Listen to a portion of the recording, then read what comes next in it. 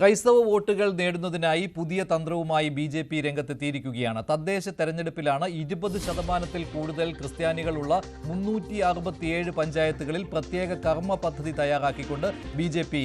ഇപ്പോൾ പുതിയ നീക്കം നടത്തുന്നത്. വാർഡ് തല സമ്പർക്കത്തിനായി ക്രിസ്ത്യൻ നേതാക്കൾ ഉൾപ്പെടുന്ന പ്രത്യേക കമ്മിറ്റികൾ ഉണ്ടാക്കാനാണ് തീരുമാനം. ക്രിസ്മസും ഈസ്റ്ററും ഉൾപ്പെടെയുള്ള പ്രത്യേക ദിനങ്ങളിലെ സന്ദർശനത്തിനും അപ്പുറം ദിവസേന സമ്പർക്കം വേണമെന്ന നിർദ്ദേശമാണ് ബി.ജെ.പി. താഴെത്തട്ടിലേക്ക് നൽകിയിരിക്കുന്നത്. കന്യാസ്ത്രീ മഠങ്ങളിലെ സമ്പർക്കത്തിനായി വനിതാ സ്ക്വാഡുകൾ രൂപീകരിക്കാനും ആലോചനയുണ്ട്. മണ്ഡലം തലത്തിൽ ക്രിസ്ത്യൻ ഔട്ട്റീച്ചിന് പ്രത്യേക കൺവീനർമാരെ നിയമിക്കാനും തീരുമാനമായിട്ടുണ്ട്. ഇതാണ് ബി.ജെ.പിയുടെ പുതിയ നീക്കം. അത് തദ്ദേശ തെരഞ്ഞെടുപ്പിൽ തന്നെ ഫലപ്രാപ്തിയിൽ എത്തിക്കുവാനുള്ള നീക്കമാണ് ഇപ്പോൾ ബി.ജെ.പി. നടത്തിക്കൊണ്ടിരിക്കുന്നത്. ബി.ജെ.പി. സംസ്ഥാന അധ്യക്ഷൻ രാജീവ് ചന്ദ്രശേഖർ ഇതിനിടെ ക്നാനായ കത്തോലിക്ക സഭാ ആസ്ഥാനത്ത് എത്തിയിട്ടുണ്ട്. ആർച്ച് ബിഷപ്പ് മാർ മാത്യു മൂലക്കാട്ടുമായി രാജീവ് ചന്ദ്രശേഖർ കൂടിക്കാഴ്ചയും നടത്തി. ബി.ജെ.പി. അധ്യക്ഷനായി പ്രഭാത ഭക്ഷണം ഒരുക്കിയിരുന്നു സഭാ ആസ്ഥാനത്ത്. കൂടുതൽ വിവരങ്ങളുമായി ജി ശ്രീജിത്ത് ചേരുകയാണ്. ശ്രീജിത്ത്, എന്തായാലും ക്രൈസ്തവ സമുദായം ഒപ്പം നിൽക്കും എന്നുള്ള വിശ്വാസത്തിലാണല്ലോ ഇപ്പോഴും ബി.ജെ.പി. മുന്നോട്ട് പോകുന്നത്. തൃശ്ശൂരിലെ ആ നേട്ടം ആവർത്തിക്കുവാനുള്ള നീക്കം നടത്തിക്കൊണ്ടേയിരിക്കുന്നു. തദ്ദേശ തെരഞ്ഞെടുപ്പിൽ എന്താണ് പുതിയ രീതിയിലുള്ള ഈ പദ്ധതി പഞ്ചായത്ത് തലത്തിൽ ഇപ്പോൾ നടപ്പാക്കാൻ പോകുന്നത്?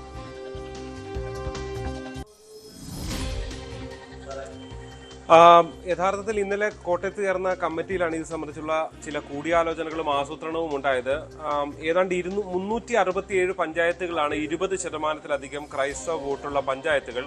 ഇവിടെ നിന്നൊരു 5% വോട്ട് തങ്ങൾക്കൊപ്പം എത്തിക്കണം എന്നുള്ളതാണ് ബി.ജെ.പിയുടെ ഒരു പ്രത്യേക തന്ത്രത്തിൽ ഉള്ളത്.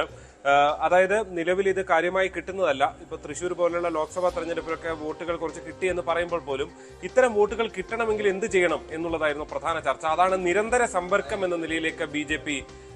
എത്തുന്നത്. അതായത് ക്രിസ്തുമസിനോ അല്ലെങ്കിൽ വിശേഷ ദിവസങ്ങളിലുള്ള സമ്പർക്കം പോരാ.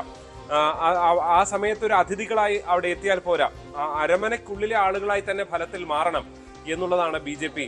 ഈ തന്ത്രത്തിലൂടെ ഫലത്തിൽ ആവിഷ്കരിക്കാൻ ശ്രമിക്കുന്നത്. നിരന്തരമുള്ള സമ്പർക്കത്തിലൂടെ അത്തരം ബന്ധങ്ങൾ ഉണ്ടാക്കിയെടുക്കാൻ കഴിയും.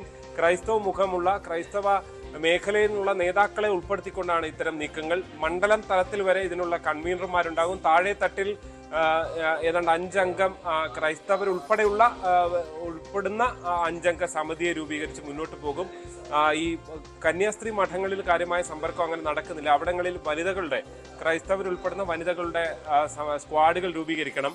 അതിന് ക്രൈസ്തവ നേതാക്കൾ, വനിതാ നേതാക്കൾ കുറവാണ്. അത്തരം നേതാക്കളെ കണ്ടെത്തിയെടുക്കുക എന്നുള്ളതാണ്. അതിനുള്ള ഒരു നീക്കമാണ് ഇപ്പോൾ നടക്കുന്നത്. എന്തായാലും ഇത് മാത്രമല്ല, മറ്റ് ഹൈന്ദവ ഭൂരിപക്ഷമുള്ള മേഖലകളിൽ എന്ത് സ്ട്രാറ്റജി, അങ്ങനെ ഓരോ വിഷയത്തിലും എന്തൊക്കെ തന്ത്രങ്ങൾ ആവിഷ്കരിച്ച് മുന്നോട്ട് പോയാൽ ഗുണമുണ്ടാകും. തദ്ദേശ തെരഞ്ഞെടുപ്പിൽ തന്നെ അതിന്റെ നേട്ടം ഉണ്ടാക്കിയെടുക്കണം. തുടർന്ന് വരുന്ന നിയമസഭാ തെരഞ്ഞെടുപ്പിലും ആ നേട്ടം തുടരാനാകും എന്നുള്ളതാണ് ബി.ജെ.പിയുടെ ഒരു നീക്കം. ഇന്നലെ രാവിലെ മുതൽ പലതരത്തിലുള്ള ചർച്ചകൾ നടക്കുകയായിരുന്നു. OBC മോർച്ച, അതല്ലെങ്കിൽ യുവമോർച്ച, അങ്ങനെ പലതിന്റെയും ഇനിയുള്ള ദിവസങ്ങളിൽ എന്തൊക്കെ ചെയ്യണമെന്നുള്ള ആലോചനകൾ നടത്തി വരികയായിരുന്നു. അതിനിടയിലാണ് ഇങ്ങനെ സോഷ്യൽ ഔട്ട്റീച്ച് എന്ന പേരിൽ ഈ ന്യൂനപക്ഷമായിട്ടുള്ള ക്രൈസ്തവ വിഭാഗങ്ങളിലേക്ക് കടന്നു ചെല്ലാനുള്ള തന്ത്രം ആവിഷ്കരിക്കുന്നത്. ഇന്ന് രാവിലെ ക്നാനായ കത്തോലിക്ക സഭയുടെ ആസ്ഥാനത്താണ് അദ്ദേഹം പോയത്. ഈ ബി.ജെ.പിയെ സംബന്ധിച്ച് കഴിഞ്ഞ 30 വർഷമായി നുണപ്രചരണമാണ് നടക്കുന്നത്. അവിടെ അത് തിരുത്താനുള്ള ശ്രമമാണ്. ഇന്നലെ ദീപികയിലും അദ്ദേഹം സന്ദർശനം നടത്തി. ദീപിക മാനേജ്മെന്റുമായിട്ടും എഡിറ്റോറിയൽ ടീമുമായിട്ടൊക്കെ ആശയവിനിമയം നടത്തി. അവരൊരു അഭിമുഖം ഉൾപ്പെടെ രാജീവ് ചന്ദ്രശേഖരന്റെ എടുക്കുകയും ചെയ്തിട്ടുണ്ട്. ദീപികയാണ് പലപ്പോഴും വലിയ വിമർശനവുമായി ബി.ജെ.പിക്കെതിരെ രംഗത്ത് വരുന്ന സാഹചര്യമുള്ളത്. ഇതൊക്കെ നീക്കിയെടുക്കുക, നിരന്തരം സമ്പർക്കത്തിലൂടെ നീക്കിയെടുക്കുക. ഈ അല്ലെങ്കിൽ ക്രിസ്മസിന് കേക്ക് കൊണ്ടുപോകുന്ന പരിപാടിയിൽ അവസാനിപ്പിക്കേണ്ടതല്ല ക്രൈസ്തവ സമൂഹവുമായിട്ടുള്ള ബന്ധം എന്ന് ബി.ജെ.പി. തിരിച്ചറിയുന്നു. അങ്ങനെയുള്ള ആ വോട്ടുകൾ കൂടെ മാത്രമേ എന്തെങ്കിലും മുന്നോട്ട് പോക്ക് ബി.ജെ.പിയെ സംബന്ധിച്ച് രാഷ്ട്രീയമായി ഇനിയുള്ള മുന്നോട്ട് പോക്ക് സാധ്യമാകൂ എന്ന് ബി.ജെ.പി. നേതൃത്വം വിലയിരുത്തുകയാണ്. അതിന്റെ ഭാഗമായാണ് സമ്പർക്കങ്ങൾ. അത് കേവലം ക്രൈസ്തവ മേഖലകളിൽ മാത്രമല്ല, എല്ലായിടത്തേക്കും വിവിധ തലത്തിലുള്ള ആളുകളിലേക്ക് കയറി ചെന്ന് സമ്പർക്കം നടത്തി തങ്ങളെക്കുറിച്ച് പറഞ്ഞ് തങ്ങളുടെ വികസിത കേരളം എന്നുള്ള സ്വപ്നത്തെക്കുറിച്ച് പറഞ്ഞ് മുന്നോട്ട് പോകാനാണ് തീരുമാനമെന്നാണ് രാവിലെ പ്രതികരിച്ചപ്പോൾ രാജീവ് ചന്ദ്രശേഖർ വ്യക്തമാക്കുകയും ചെയ്തത്. ഈ സഭയുടെ ഒരു നിലപാട് ഇക്കാര്യത്തിൽ ഇപ്പോൾ ക്നാനായ കത്തോലിക്ക സഭാ ആസ്ഥാനത്ത് തന്നെ എത്തുകയാണ് രാജീവ് ചന്ദ്രശേഖർ.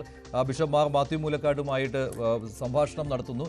ഇതിൽ സഭയും വലിയ താല്പര്യത്തോടു കൂടി കാണുന്നുണ്ടോ? സഭയുടെ ആശങ്കയുണ്ടല്ലോ ഇക്കാര്യത്തിൽ. പല വിഷയങ്ങളിലും ഇപ്പോൾ വടക്കേ ഇന്ത്യയിൽ ക്രിസ്ത്യൻ മിഷണറിമാർക്ക് നേരെ നടത്തുന്ന ആക്രമണം, ഇങ്ങനെയുള്ള ഒട്ടേറെ കാര്യങ്ങൾ നിൽക്കുകയാണ്. ആ ഒരു അവിശ്വാസം നിൽക്കുന്നുണ്ട്. അത് പ്രധാനമായിട്ടും ഒരു ചർച്ചാ വിഷയം ആക്കുമോ സഭ, അതോ അത് വടക്കേന്ത്യൻ സംസ്ഥാനങ്ങളിൽ ഉള്ള കാര്യമാണ്, അത് കേരളത്തിൽ അത് അങ്ങനെ ഉയർത്തി കാട്ടേണ്ടതില്ല എന്ന രീതിയിലേക്ക് വന്നിട്ടുണ്ടോ? എങ്ങനെയാണ് ഇപ്പോൾ ആ ഒരു വിഷയവുമായി ബന്ധപ്പെട്ട്? അതാണല്ലോ ഒരു തടസ്സമായിട്ട് നിൽക്കുന്നത് BJP.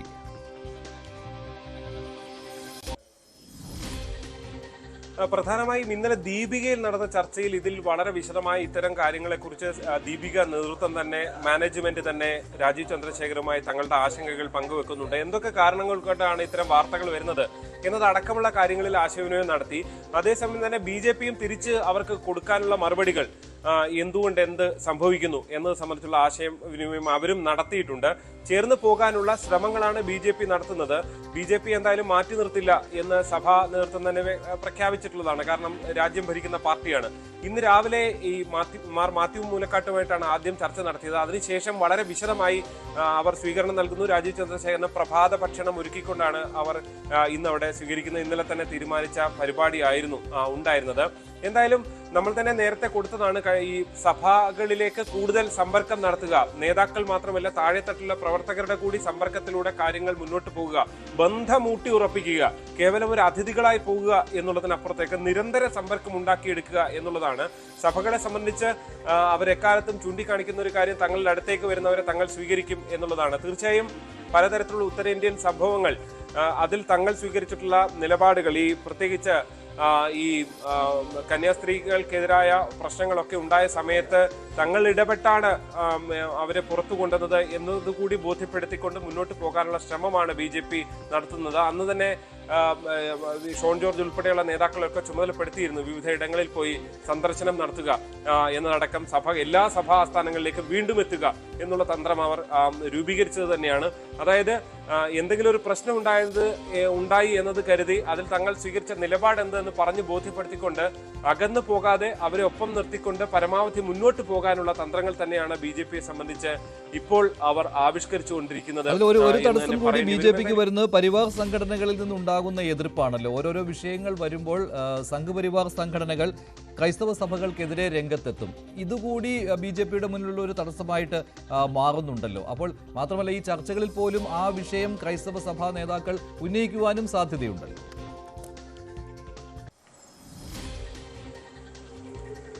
തീർച്ചയായും അതുണ്ട് എന്ന കാര്യത്തിൽ യാതൊരു സംശയവുമില്ല.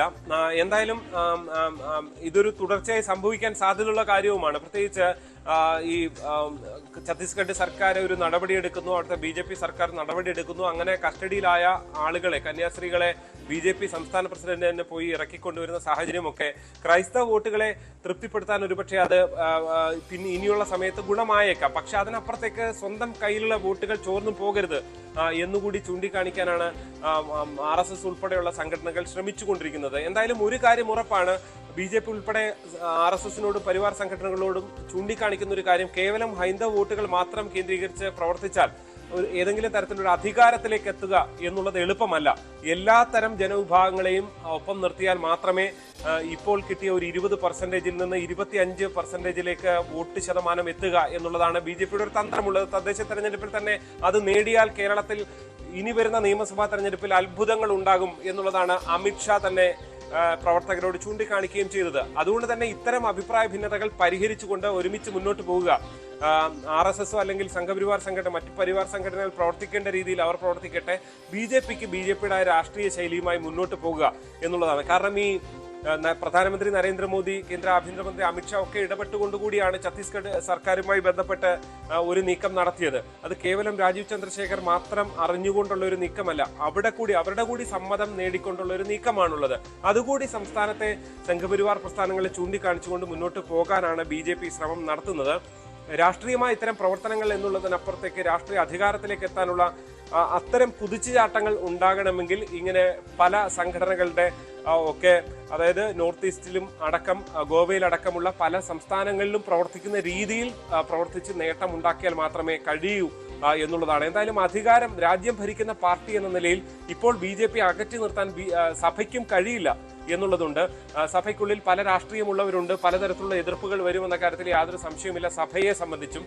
പക്ഷെ എന്നിരുന്നാൽ തന്നെയും സഭയ്ക്ക് അങ്ങനെ പൂർണ്ണമായും BJPയെ മാറ്റി നിർത്താൻ കഴിയുന്ന ഒരു രാഷ്ട്രീയ സാഹചര്യവുമല്ല ഉള്ളത് എന്ന് BJP-യും കണക്ക് കൂട്ടുന്നുണ്ട്. സഭകളും ആ നിലയിലാണ് ഇത്തരം സ്വീകരണങ്ങൾ. ഇത്തരത്തിലുള്ള കർമ്മ പദ്ധതിയാണ് ഇപ്പോൾ BJP ആവിഷ്കരിച്ചിരിക്കുന്നത്. 20%-ലധികം ക്രൈസ്തവർ ഉള്ള പഞ്ചായത്തുകൾ കേന്ദ്രീകരിച്ചാണ്, അത് തെരഞ്ഞെടുത്തിട്ടുമുണ്ട്. 367 പഞ്ചായത്തുകൾ കേന്ദ്രീകരിച്ചാണ് ഇത്തരത്തിലുള്ള കർമ്മ പദ്ധതി BJP ആവിഷ്കരിച്ചത്.